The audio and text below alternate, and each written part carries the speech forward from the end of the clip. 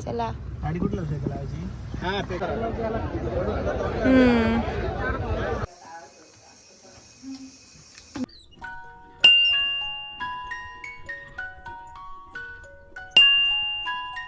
Hello everyone, welcome to Mom and Jerry YouTube channel. आज Sunday आहे आणि आजचा संडे स्पेशल व्लॉग मी स्टार्ट करते उंबरड्यामधून आणि व्लॉग एंड होणार आहे मालवणमध्ये. म्हणजेच आम्ही आज निघणार आहे मालवणला जायला, तर व्हिडिओ एंडपर्यंत नक्की बघा. गावी थंडी पडायला सुरुवात झाली आहे, तर इथे निलेश चुलीकडे थोडा धग घेत आहेत. आता आम्ही दोघं इथे मागच्या बाजूला आहे घराच्या चुलीजवळ पाणी तापत ठेवलं आहे आंघोळीसाठी आणि आमची जेरी पुढच्या बाजूला आहे, तर मी तुम्हाला ते पण दाखवते. ही अंगणामध्ये बसली आणि खम्मा आली आहे, तर तिच्यासोबत टाईमपास करते.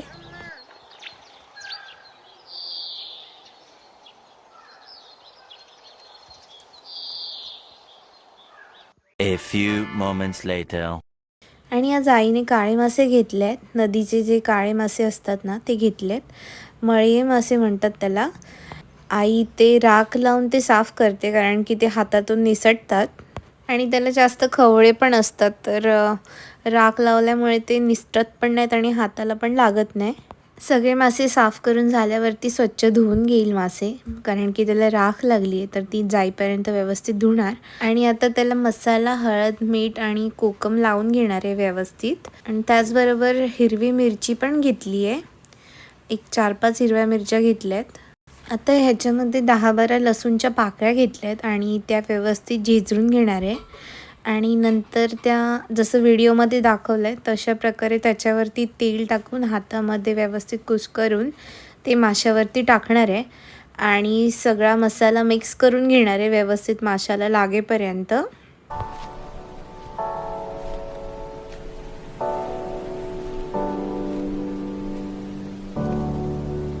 थोडासा मसाला कमी वाटतोय, तर अजून थोडा मसाला टाकणार आहे. मसाला तुम्हाला कमी जास्त हवा तसं तुम्ही घेऊ शकता.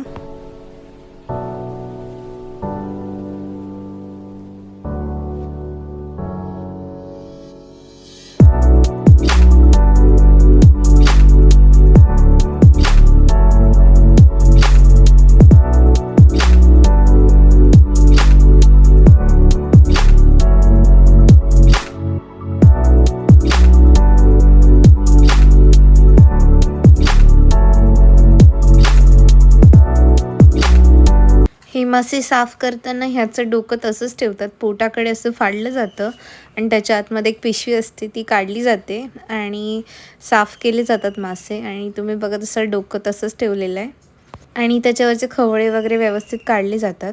या माशांची रेसिपी एकदम सिम्पल आहे. फोडणी वगैरे काहीच द्यायची नाही आहे. मॅरिनेट केल्यानंतर फक्त तिने कढईत आणि एका टुपामध्ये ठेवलेले आहेत मासे आणि वरून तेल टाकलं आहे आणि आता गॅसवरती थोडे शिजवणार आणि थोडेसे शिजल्यानंतर म्हणजे एक 50% शिजल्यानंतर ते खाली उतरवून अशा प्रकारे ते हलवणार आहे. चमच्याने परतणार नाही आहे, कारण की ते कुस्करू शकतात. अशा प्रकारे मिक्स केले की मग त्याला व्यवस्थित मसाला पण लागतो आणि सगळीकडे व्यवस्थित कोकम वगैरे पण लागतं. आणि परत एक 5 ते 10 मिनटं मीडियम गॅसवरती ठेवून देणार आहे. सेम प्रोसिजर रिपीट करते आई आता कढईतल्या माशांबरोबर. सगळे एकाच टोपामध्ये ठेवले नाहीत, कारण की मग ते परतायला प्रॉब्लेम येतो आणि जास्त शिजतात.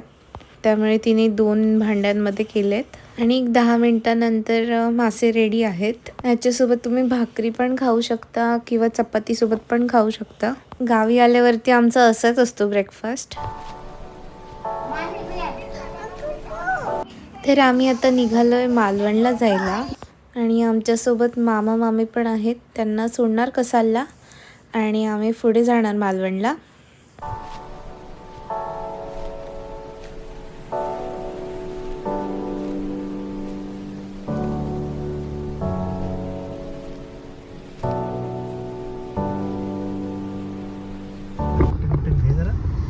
तर आता आम्ही फायनली पोचलोय मालवणला, जेरीच्या मामाच्या घरी. आणि आता कसं वाटतंय मनिलेश मालवणला पोचून? मस्त वाटतंय. जरा वातावरण पण चांगलं आहे मालवणचं. टुरिस्ट पण आहेत. टुरिस्ट पण आता भरपूर आहेत. दिवस सतत लगातार सुट्टी आल्यामुळे.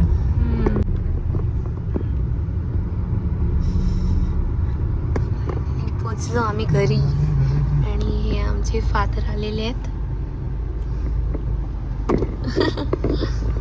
गाडी पार्किंग करतोय आता निलेश. चला चला. गाडी कुठं लावू शकला आजी? हा ते समोरच. किती लावतेस गाडी? हां. तर हे आहे आमच्या जेरीच्या मामाचं घर. तर मी आता गाडी पार्क करून घेते. मस्त 8-10 दिवस राहणार आहे मी मालवणला. तर पुढचे काही व्लॉग्स जे आहेत ते मालवणमधलेच असतील. मालवणमधले बरेचसे स्पॉट मी एक्सप्लोअर करणार आहे, तर ते पण मी तुम्हाला दाखवेन. इथे जेरीला छोटा फ्रेंड मिळाला आहे, तर जेरी त्याच्यासोबत खेळते आहे.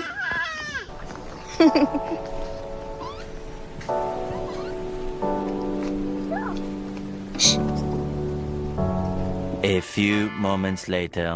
आता आई बाबा पण आलेत आणि आम्ही निघालोय माशांचा लिलाव बघायला दांडी बीचवर. आणि आमच्यासोबत मृणाल पण आहे.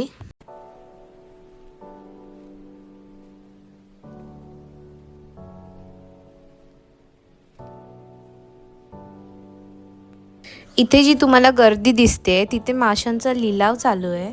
इथे वेगवेगळ्या प्रकारचे मासे आहेत, प्लॅस्टिकच्या बास्केट्समध्ये ठेवलेले आहेत. आणि इथे 2 मोठी वागळं पण आहेत. खूपच मोठी वागळं होती.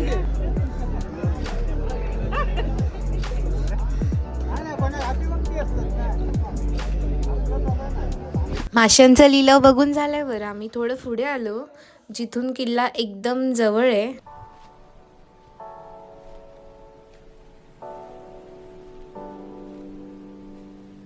इथे समोर दिसतोय सिंधुदुर्ग किल्ला. इथून एकदम जवळ आहे, पण तुम्हाला बोटीनेच जायला लागेल. आणि इथे जी समोर माडाची झाडं दिसत आहेत तिथे शिव मंदिर आहे. आणि इथे माझ्या राईट साईडला वॉटर स्पोर्ट्स चालू आहेत. जर तुम्हाला वॉटर स्पोर्ट्स करायचे असतील तर तुम्ही इथे पण येऊ शकता आणि देवबाग तारकर्लीला पण जाऊ शकता. आता मी परत चालली आहे माशांच्या लिलावाकडे.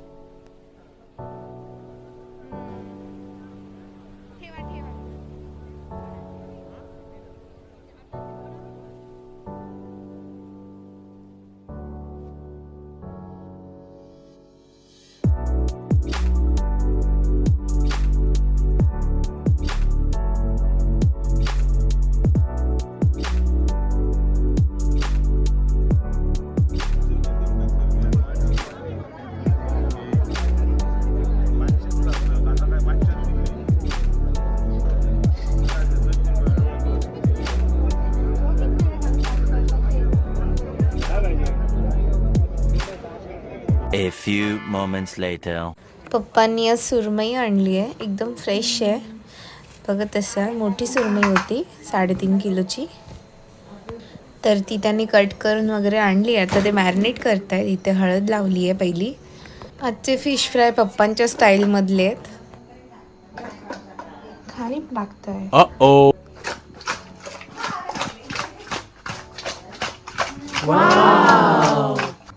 आता इथे आगळ घेतलाय, आगळ लावणार आहे माशांना. प्रमाण असं काय नाही आहे, प्रमाण सगळं रँडमली घेतलंय पप्पांनी.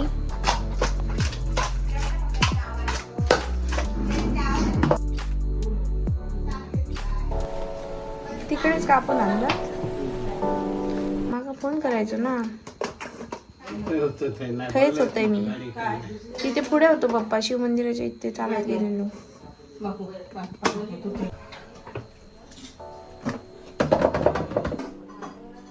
जरा असं प्रोफेशनल करा. आणि आता याला मसाला लावणार आहे आणि मसाला लावून मॅरिनेट करत ठेवून देणार आहे एक 15-20 मिनटं. इथे परातीमध्ये साईडला मसाला करून घेतला आहे. मसाल्यामध्ये हळद थोडीशी टाकली आहे, थोडंसं आगळ टाकलं आहे आणि मसाला घेतला आहे आणि जरासं मीठ टाकलं आहे, कारण की ऑलरेडी माशाला मीठ लावून ठेवून दिले होते पप्पांनी. आता इथे पप्पा सगळ्या माशांना व्यवस्थित मसाला लावून घेत आहेत. हे सगळे मासे आम्ही रवा फ्राय करणार आहे.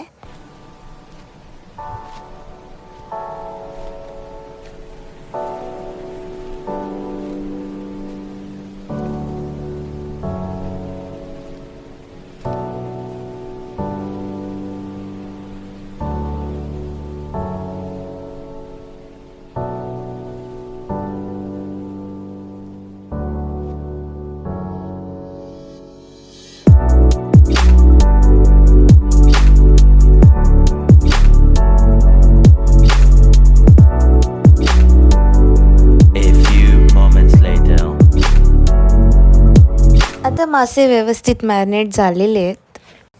आता ते रवा फ्राय करून घेते. तर त्याच्यासाठी पहिले मी ते रवा घेतला आहे. थोडासा मसाला ॲड करणार आहे. अर्धा चमचा हळद ॲड केली आहे आणि थोडंसं मीठ पण ॲड करणार आहे. आता गॅसवरती तवा ठेवला आहे. तोपर्यंत हे मिक्सचर जे ते व्यवस्थित मिक्स करून घेते रवा.